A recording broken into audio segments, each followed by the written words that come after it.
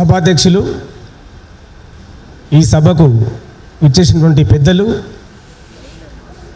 సభ ఉన్నటువంటి మిత్రులందరికీ కూడా ప్రత్యేక ధన్యవాదాలు, జై భీమ్ చెల్లిస్తున్నాము. మిత్రులారా,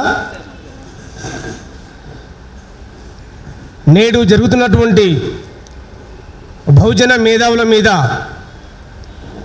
అనేక రకాలుగా జరుగుతున్నటువంటి దాడులను తీవ్రంగా ఖండిస్తూ చికోటి ప్రవీణ్ గారు పెట్టినటువంటి కేసును వెంటనే ప్రభుత్వం ఎత్తివేయాలని చెప్పేసి కూడా తెలంగాణ రాష్ట్ర మాల సంఘాల జేఏసీ నుంచి డిమాండ్ చేస్తున్నాం.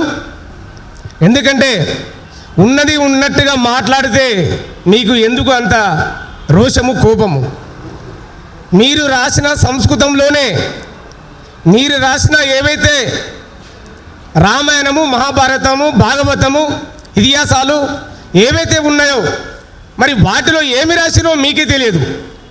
మీరు రాసిన బుక్కులను మా మేధావులు చదివి ప్రజలకు వినిపిస్తుంటే మీకు అంత బాధ ఎందుకు అని చెప్పేసి కూడా ఈ సందర్భంగా నేను హెచ్చరిస్తున్నా. ఏదైతే మరి మీరు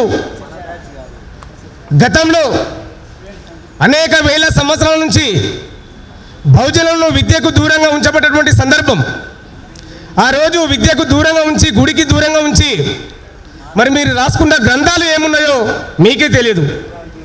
మరి అలాంటి గ్రంథాలను చదివి ప్రజలకు వినిపిస్తే మరి మీకు అంత కోపం ఎందుకు? మరి మీరు చేస్తున్నటువంటి మీ పనులు అందరికీ తెలుసు.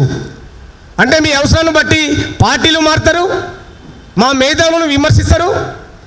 ఇలాంటి విషయాలు మీరు విరమించుకోకపోతే ఖబర్దార్ చికోటి ప్రవీణ్ గారు అని చెప్పేసి కూడా ఈ సందర్భంగా హెచ్చరిస్తున్నా.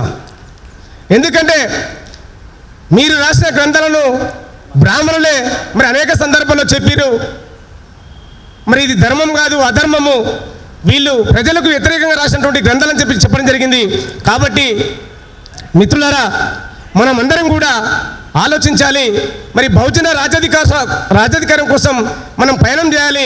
మరి ఎప్పుడైతే రాజ్యాధికారం వస్తుందో మన యొక్క హక్కులను కాపాడుకుంటాం, భారత రాజ్యాంగాన్ని కాపాడుకుంటాం, అన్ని విధాలుగా మనము సేఫ్గా ఉంటామని చెప్పేసి కూడా ఈ సందర్భంగా నేను తెలియజేస్తూ, మరి రాబోయే రోజుల్లో ఈరోజు మనం పెట్టినటువంటి ఏదైతే రౌండ్ టేబుల్ సమావేశం ఉందో ఈ సమావేశంతో ఇక్కడికే ముగించకుండా దీన్ని నిరంతరం కొనసాగిస్తూ బహుజన రాజ్యాధికారం వచ్చే వరకు మన పోరాటం ఆపొద్దని చెప్పేసి ఆ పోరాటానికి మేము శాయశక్తుల మా జేఏసీ తరపు నుంచి మీకు సంపూర్ణమైన మద్దతు ప్రకటిస్తున్నాము.